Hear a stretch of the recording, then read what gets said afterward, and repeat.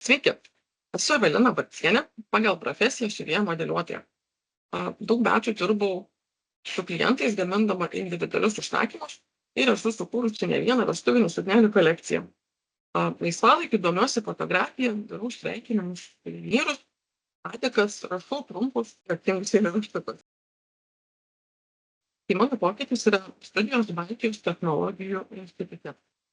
Baigiau skaitmeninio dizaino kursus.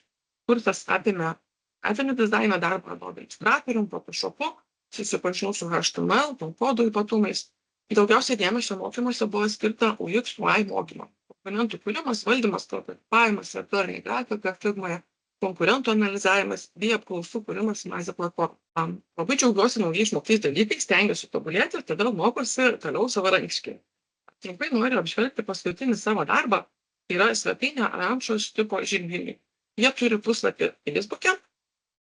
Pagrindinė užduotis buvo supažindinti vartotoją su žirgynu ir sudaryti galimybę paslaugas pirkti internetu.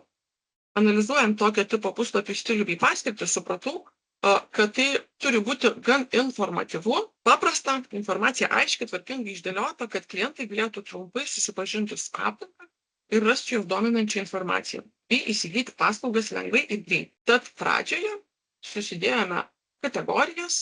Pagrindinės paslaugos yra, jojimas į gamtą. Supirkti galima labai paprastai, taip pat treniruotės ir, žinoma, fotosesijos. Atsiliepimų skiltis yra pabaigoje, jinai labai svarbi tokiam puslapiui. Nemažiau svarbi skiltis yra susipažinimas su žirgais.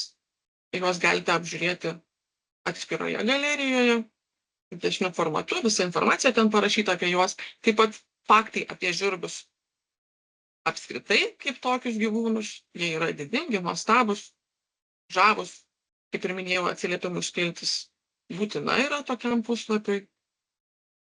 Toliau vartotojas įtraukiamas į žirgyno gyvenimą lengva užduotele. Prašoma sugalvoti vardą, sakykime, mažyliui.